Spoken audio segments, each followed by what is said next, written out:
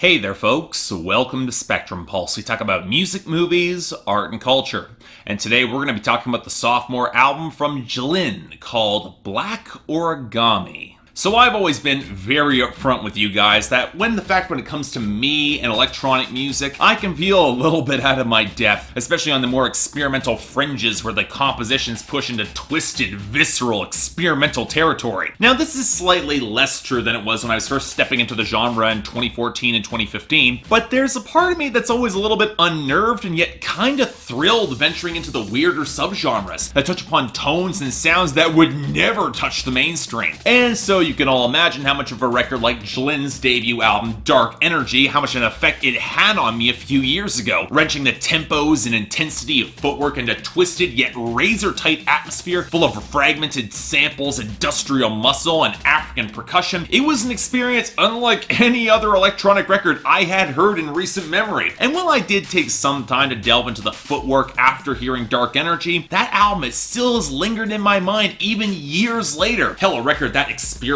strident, and confrontational, and yet willfully abstract and opaque, that can be easy to respect for how much it just sticks in your head, even if you don't really quite like it. And in my case, even if going back to it, I'll find parts that are uneven enough to like, but not really quite love. So when I heard that Jlin was doubling down to produce something even more challenging and aggressive and imposing for her sophomore album, Black Origami, well, hell, I was definitely on board. Even if I was a little bit kind of terrified where this album could take me and potentially. So, okay, where does Black Origami go? Well, not in the direction that I was expecting, that's for damn sure. Maybe it was my own fault, thinking that I was going to get something more imposing or heavy or distorted in the vein of the nastier tracks on Dark Energy that I really liked, but Jlin instead opts to refine her formula instead of expanding upon it. Vocal fragments, they're even thinner, the percussion lines are even faster and sharper, doubling down on the frenetic, skittering intensity of footwork with all different variants of textured percussion, and yet if I'm being brutally honest, I'm not really quite sure it works for me. I can appreciate it and respect it to some extent, and by all accounts, fans of footwork and this variety of experimental electronic music will really like this, but I'm not sure I'm personally quite on board. It's solid, but I don't really love it, and especially not as much as Dark Energy. And I think a big part of this conversation begins with the artistic choice to focus a lot more on the footwork percussion rhythms over any semblance of melody. If you're going in expecting a recognizable tune or hook or even vocal fragments that allow you to trace any sort of thematic through line, you're gonna be lost very quickly, as I was. It's not saying that there aren't some things that might sort of pass as a melody, vocal samples that are often chopped into a blur that could pick up a little bit of tone, a few buzzing tones that show up on Hatshepsut and especially 1% with Holly Herndon, probably my favorite song here. Maybe that stuttered progression that opens up the title track, or those squeals that punctuate Never Created, Never Destroyed, but really beyond that, and some of the sound effects that pepper other songs. These tracks are characterized by rhythm and often rhythm alone, from hand percussion to cascades of sleigh bells, chimes, and resonant gongs, from more textured African drum lines to pick up varying degrees of hollowness to clashing cymbals, snares, and bass drums that might as well be pulled from a demented marching band playing at quadruple time. Now, this can lead to some interesting atmospheric pieces, the brighter whirs and jingles on Kyanite, the distinctly African tones and shouts that run through Nyakinyua Rise and on Nandi, and the brief moments of industrial spark on Calcination that really could have afforded to run a little bit longer, and the militaristic stomp that forms out of Hatshepsut and Challenge to be continued. And I would be remiss to say that there is a certain real intensity that runs through these tracks that warps and twists through all these pieces, makes them really quite distinct in their own right, and yet I can't help but feel, at least for me, that the shift to refine rhythm to the expense of everything else did some of these songs a disservice. Let's skip beyond the obvious thing that I say whenever percussion is emphasized over melody, how it doesn't make them as interesting to my ears and not really as memorable. Because to Jlin's credit,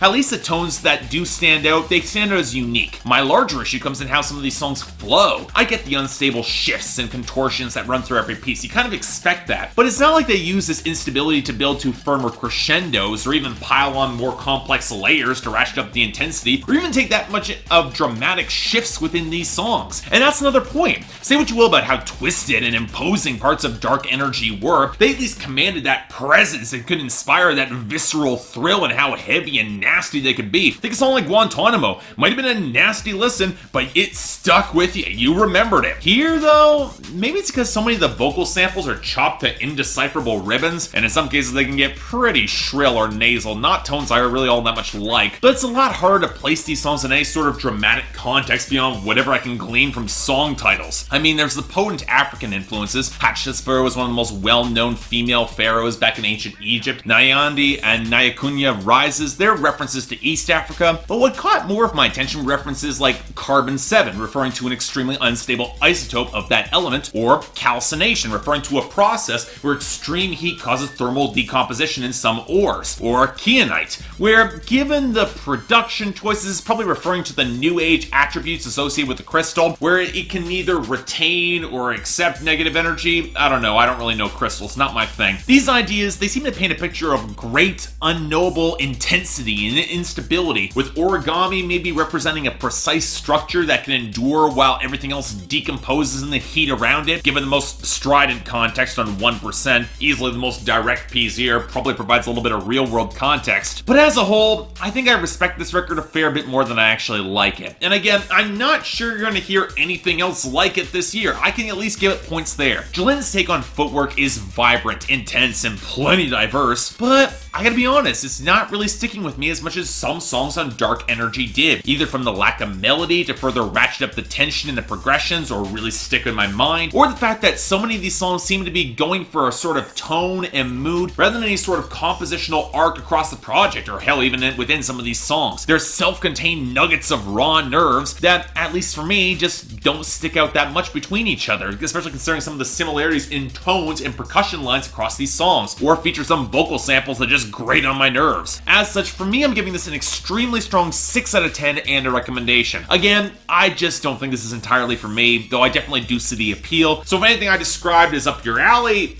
hell, give it a listen. So yeah, thanks a lot for watching. If you'd like to like and subscribe, I'd be more than grateful. Bit of a short review, but I don't really have a lot to say about this one. Just didn't really stick as much with me as I was hoping.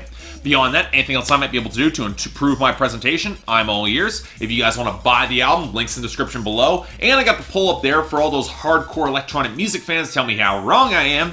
Beyond that, if you guys want to get involved in my scheduling process, the link to my Patreon is right there, where 3 times a week you guys get to vote on my schedule, and once per week you guys get to add records to my schedule if you're in the higher tiers. More details right there. But until then, I'm Mark, you're watching Spectrum Pulse, and I'll see you next time.